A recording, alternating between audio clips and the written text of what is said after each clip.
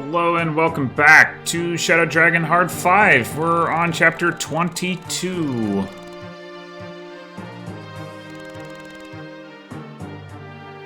Quiet, prosperous kingdom famed for the flying beasts, favored by Draconites. I guess it doesn't seem like... Well, I don't know. What would you use wyverns for, if not for combat in like a medieval setting? I mean, transportation would be an obvious answer. I wonder how fast they are. Like, I guess, you know, canonically they're about the same speed as a horse based on like tiles of movement, but it seems like it might be significantly faster. Like, I wonder if would actually be like almost like train level technology. Well, they can't transport as much as a train. A train is much bigger, but anyway, I'm just wondering like what the... Like, it seems like Fire Emblem logic would usually dictate that if you had, like, all these wyverns around, that you would be, like, inclined to conquer, because you're like, hey, look at this massive military advantage that we have over our neighbors.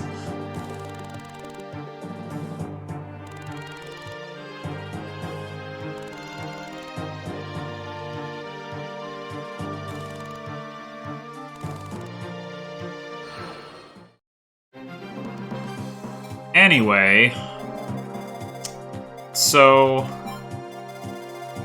this is a weird looking map. Literally all of the enemies are inside of this, like, large castle courtyard thing.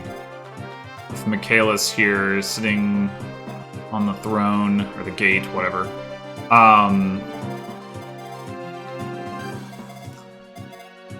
And I don't know, are there even any, like, forts? There's some shopping up here. There's one fort over here. There's a house here, and then this is presumably where we talked to Goto, because he did say it was north of the Eyrie, which presumably this is the Eyrie. So I mean, we can just walk up there, like, completely unimpeded. I don't know if the enemies will come out of here or not. They'll have to go around. I don't think they can... Yeah, they can't, like, fly across... Even the flying ones can't, like, fly across this wall, which means we can't either. Something else about this, so like, you have to walk up to the gate, you have to come from this tile right here. I mean, you could warp somebody here to fight Michaelis, and like, most of these enemies couldn't get to them. Like, even the archers, like, they can't stand here, because this is like a castle tile. And then these are plain tiles that they could stand on, but there's other enemies. So unless these guys, like, cleared out of the way, right? Because you got these curates here who, if you're, like, standing here, like, they've got nowhere to go unless they're just gonna run. Which I feel like the AI doesn't generally do. The thief might start moving. I guess that would be the one, like, risk, is that, like, this thief starts moving towards the village. And then, so then, like, if... Oh, this horseman can't get to where the thief is. This one can by running across. So I guess that would be the problem, is like you'd have this brave bow guy. Although only 19 attack. So 19 and 14 is 33. That actually wouldn't kill Sheeta, at least. Sheeta. Yeah, so that'd be 26 damage. I mean, plus what Michaelis would do, presumably would kill her. Yeah. Assuming that they all hit. I mean, the other thing you could do is send in somebody... oh wait, does he have... He has a javelin. Send in, like, a horse unit instead of a flyer, and then... I don't know, it seems a lot easier than trying to fight through this massive enemies and having to walk all the way around. Like, I can see where somebody would want to try to warp skip this. Because there's just, like, a lot of enemies crammed into this small space. I think there are some... Yeah, there's a Rider's Bane there. Another Rider's Bane. Armor Slayer, who cares about that? So there's a couple of Rider's Banes, and then mostly Javelins and Brave Weapons. Here's a Killer Lance.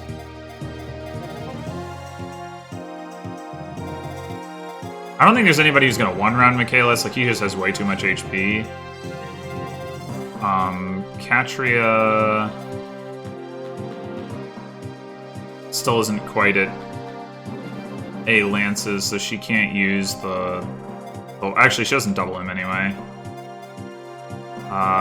Didn't Harden proc speed a couple times? Yeah, so he still can't double Michaelis. He's one speed short of being able to double him. If he could, he would definitely be the best pick because he's got the most strength. But even so, 39 attack against 21 defense at the gate is 18 twice, so he's pretty well short of it.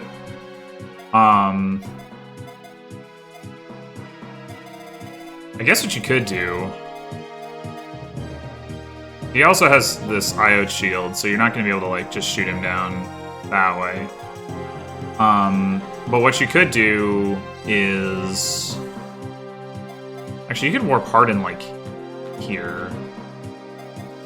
Well, or like, somebody with the Gradivis. But then you can't... I was thinking about, like, you trade the Gradivis around, but there's not, like, a spot to do it from. You'd have to kill, like, one of the enemies that's...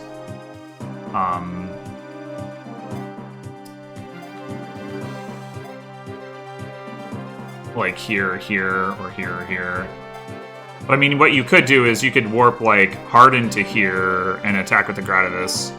He doesn't double, but he would do, you know, a chunk of damage and then warp like Sheeta to here. How much does she do?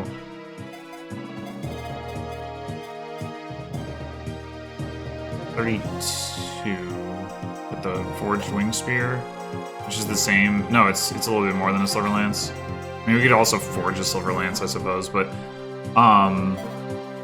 so 32 against 21 is 12 twice is 24, so that's less than half of his HP, so that's not gonna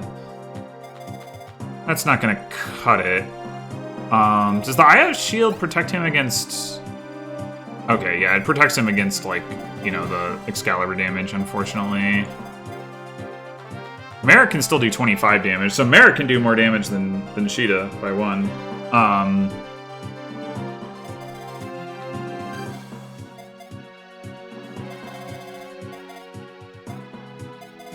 Although Merrick would be one of the warpers. Like, if you were warping, like, enough people, like, you gotta warp Marth, you gotta warp, like, however many attackers. You could use Zane to imitate a warper and then use him to warp, but you still can't warp more than 4 times, unless I have anybody else who has like enough staff rank to use the warp, which I doubt. Like, how much C rank? So like,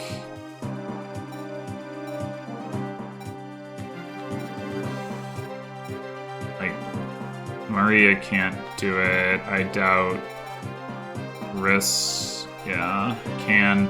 The main other possibility would be to reclass somebody and hope that they have, like, just by virtue of maybe being promoted. Like, for instance, if, like, Jagan, you know, just, like, by virtue of his base level...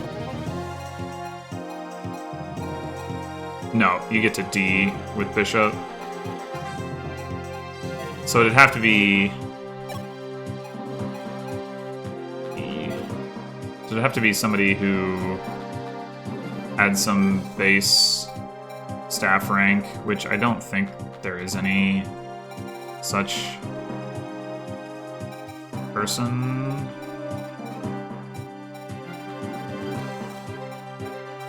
Wait, oh, well, Wendell, actually.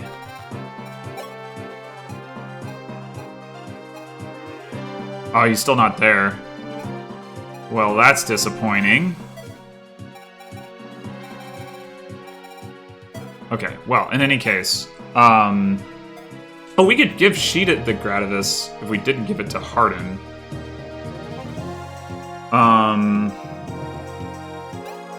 Gradivis has 19 might, so that's an extra 4 damage, so instead of doing 24 damage, she would do 32.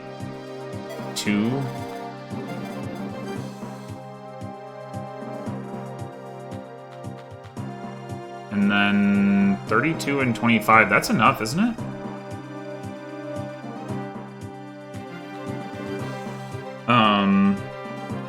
Yeah, no, 25 and 25 is 50 and 7. Yeah, 57 damage. So if we put we sent Cheetah in and Merrick. Cheetah with the Gradivis and Merrick. So we have to like Lena warp, Boa warp, and then Zane warp. We could do it. Now the question is, do I want to do that? I mean, I need to go talk to Goto anyway, so not immediately. But we could, I mean, I guess we could warp Marth up here, and then warp a warper with him, and then keep everybody else down here, and then do it on turn 2. We wouldn't get to go shopping, but I don't know how much I really care. I guess we could always warp somebody over to the shops just to see what's up there.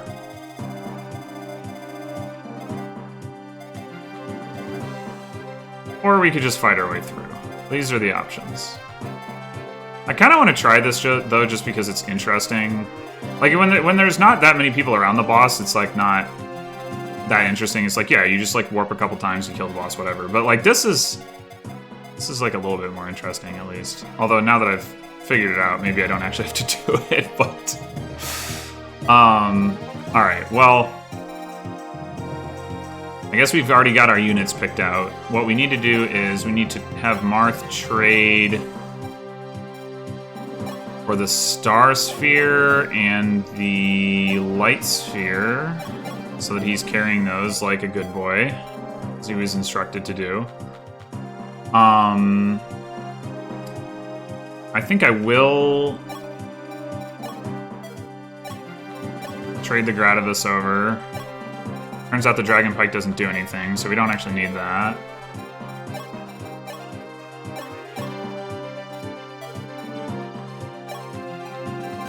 So let's get you Silver Lance and the Javelin. And... I don't know, that's honestly probably enough for this. We're not going to do that much fighting anyway. I guess, maybe.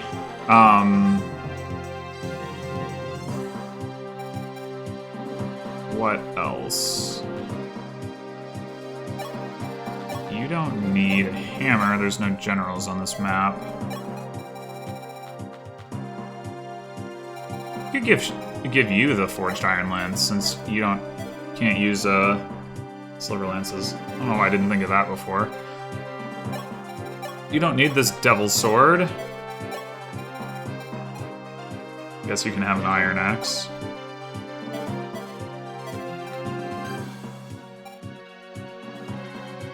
And we don't need the Dragon Pike. This doesn't actually do anything. Have a Killer Lance, I guess.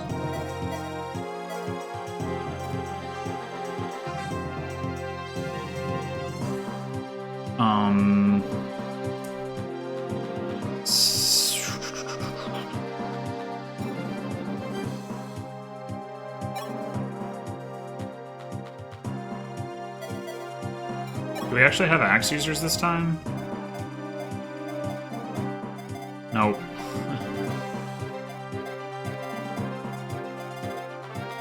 Okay. Then... Oh, you don't have a Writer's Bane. I think we've got another one of those lying around. Yeah.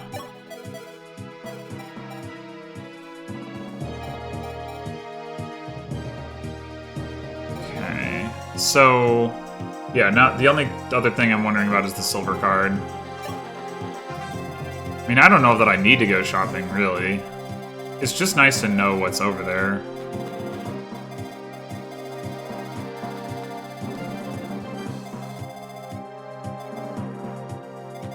So maybe we'll just warp somebody over there, but not Zane, right? So, like...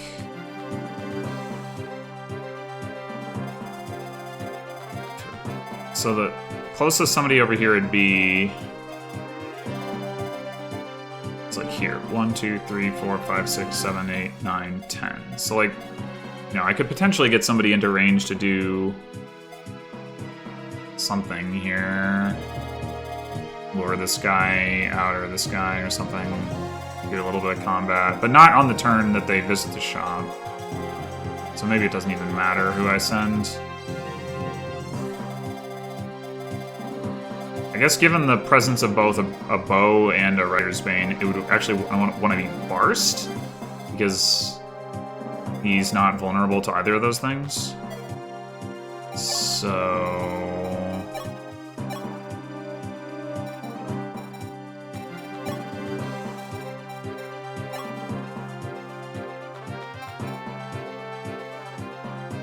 let's just do that. I guess in case Zane imitates a pro axe user for some reason. Alright.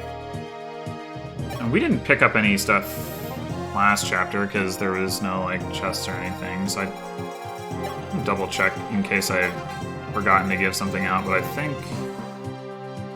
yeah. I guess I could imagine a world in which there's a VIP shop in this chapter. Usually those things are indoors. But...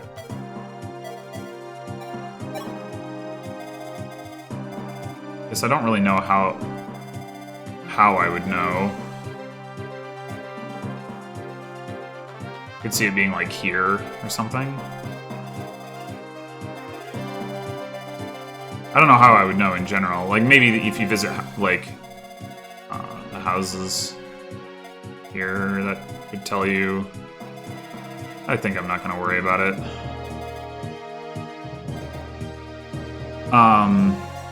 Okay, so yeah, what we're going to do is we're going to have...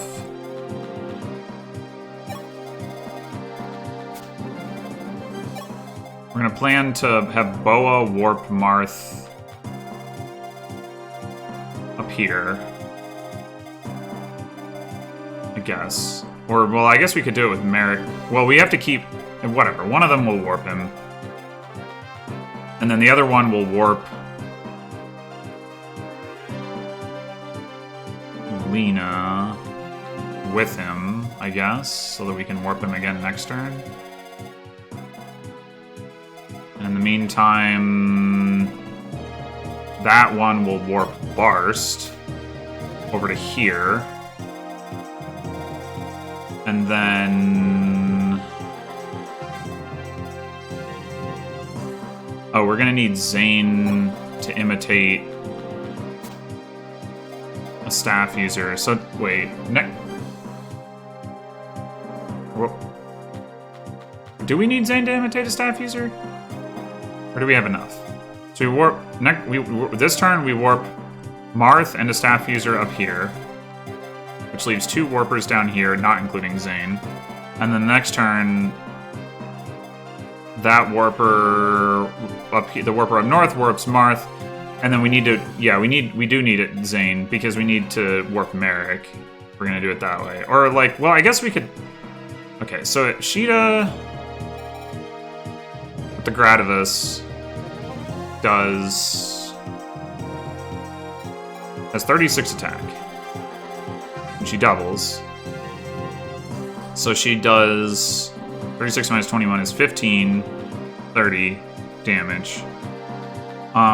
15 times 2 is 30, which leaves him with 25 HP. I don't think there's any way that we can get like Harden. Harden's got 33 attack. The Silver Lance would go up to... even if we could get him the Gradivis after we had Sheeta use it, have 39 attack, he'd be doing less than 20 damage. Yeah, no, it's got to be Merrick, I think. Nobody else is going to do more damage than that. Well, Pala actually has a little bit more attack, but not enough for it to matter. So yeah, I think we're gonna need Zane to imitate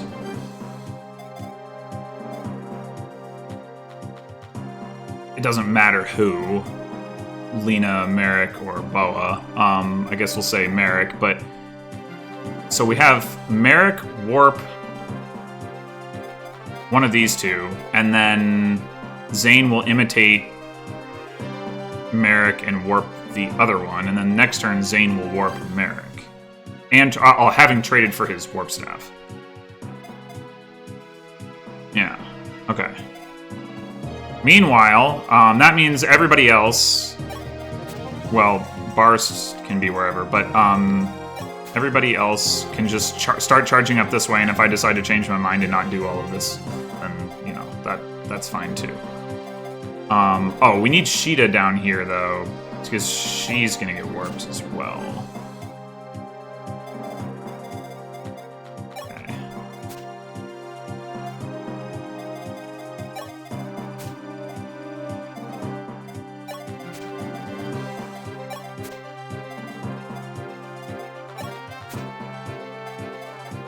Okay. Well, this will be interesting.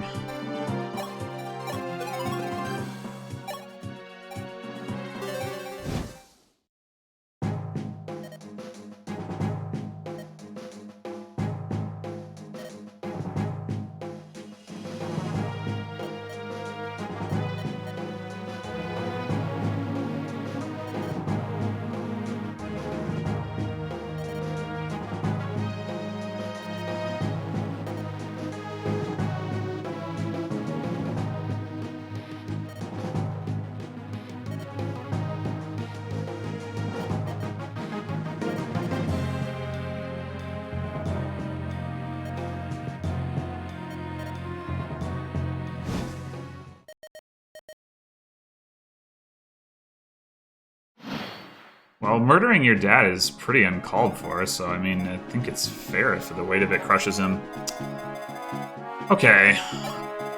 Oh, I clearly should have switched their positions, but that does, I guess it doesn't actually matter. Alright, let's just start moving people up. Yeah, I mean, I guess I can just do this for enemy ranges, although I cast everything in that green hue, which is pretty annoying, but I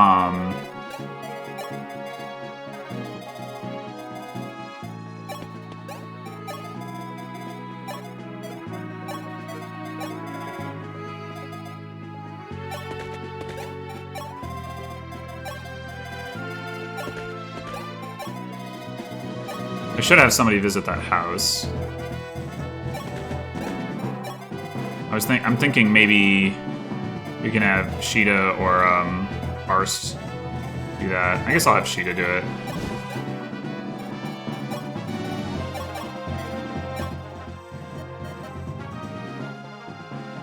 Well, okay, thanks. Like, that wasn't obvious from the cutscene.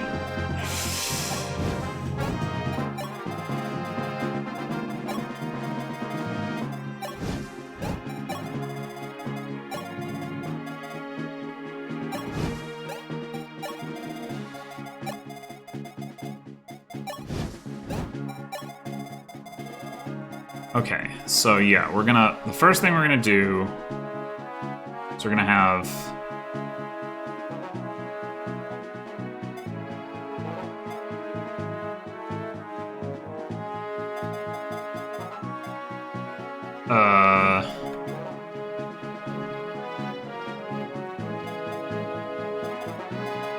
I'm realizing that with Bar's position, I can't just imitate and then warp him, but maybe I don't need to. Warp Marth, we want to warp a Warper, and we want to warp Barst.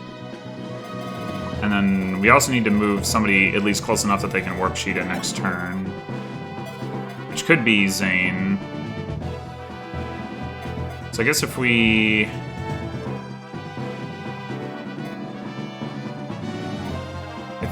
Lena is the one we warp up top, and that works.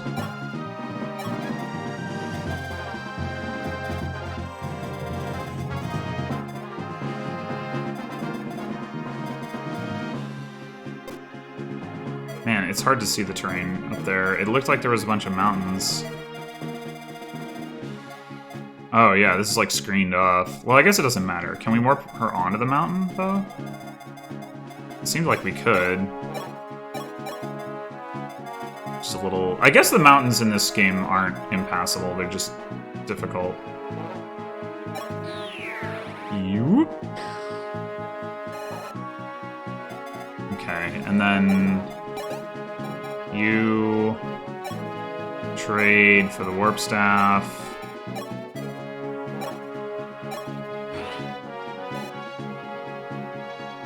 And then... oh, wait, I ran out of warp. I needed to have Lena warp first. Okay, it's fine. It just means I can't go shopping this turn. Actually, maybe it's not fine. Or maybe it means I have to take another turn if I want to go shopping. Whoops.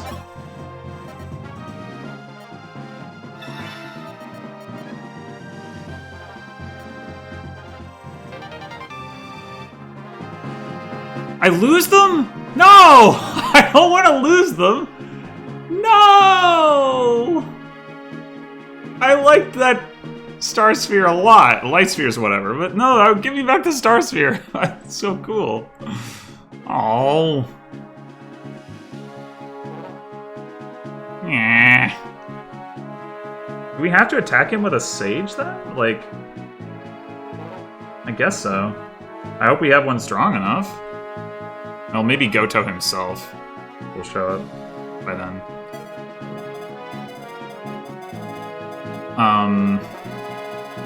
Anyway, okay, I guess maybe we're not going shopping? I don't know. Well, you can just chill. And you can just chill.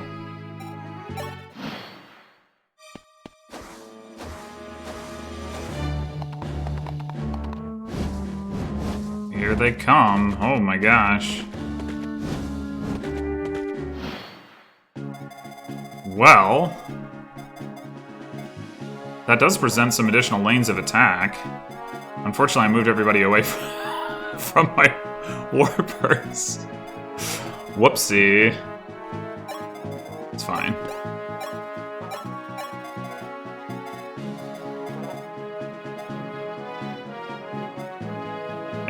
But I guess that means like... yeah, it doesn't even matter.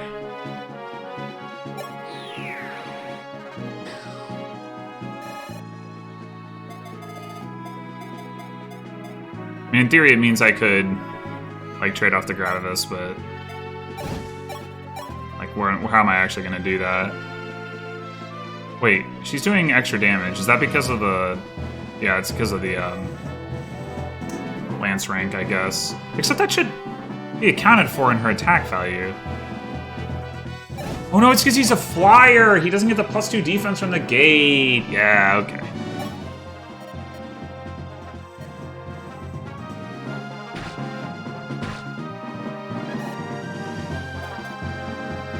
Alright, well...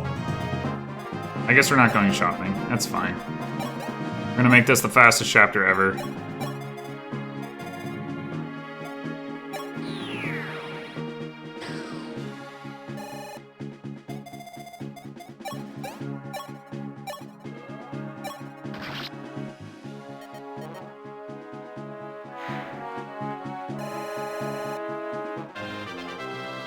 Got him. Oh, I kind of didn't even register that we would get this. That's a nice thing to have. Alright, so obviously now we can warp Marth to the Seize Point. Can we get, like, any combat in with our other units? Yes, we can, just a little bit. Just a little bit. Okay. Katria and Harden against this guy.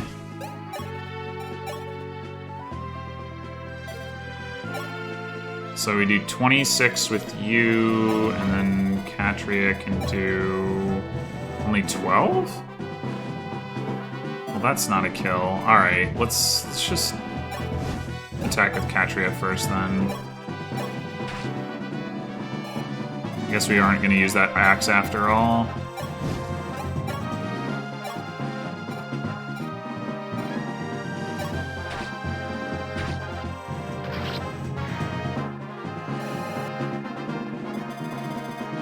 Alright, that's it. Hopefully I didn't miss anything important in the shop.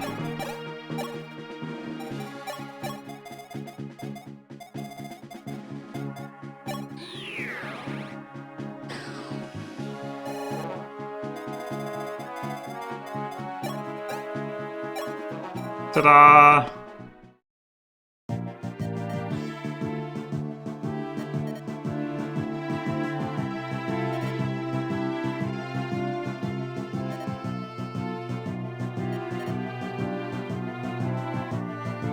But Michaelis shows up again in, like, Mystery of the Emblem, right? Like, so he's not dead.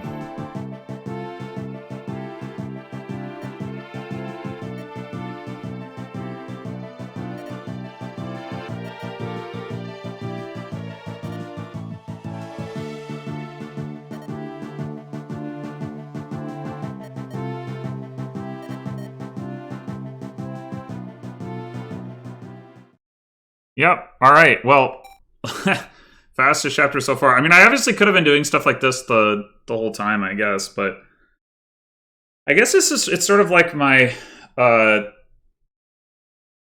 Three Houses playthrough, actually, or my specifically the Blue Lions one I did on Maddening, where like I got to the end game and then it started to feel like for whatever reason, I just started feeling more and more like trying to figure out how to do that. I was like considering doing it last chapter too, like trying to figure out like a warp skip way, and then I was like, eh. And then this one, I don't know, I felt like doing it. So I guess we'll see about forthcoming chapters, but hopefully that was either more entertaining or the same amount of entertaining and not dramatically less entertaining than normal. I could see it being that, though. So if so, apologies for that. But either way, thanks for watching, and I will see you next time for Chapter 23. Until then.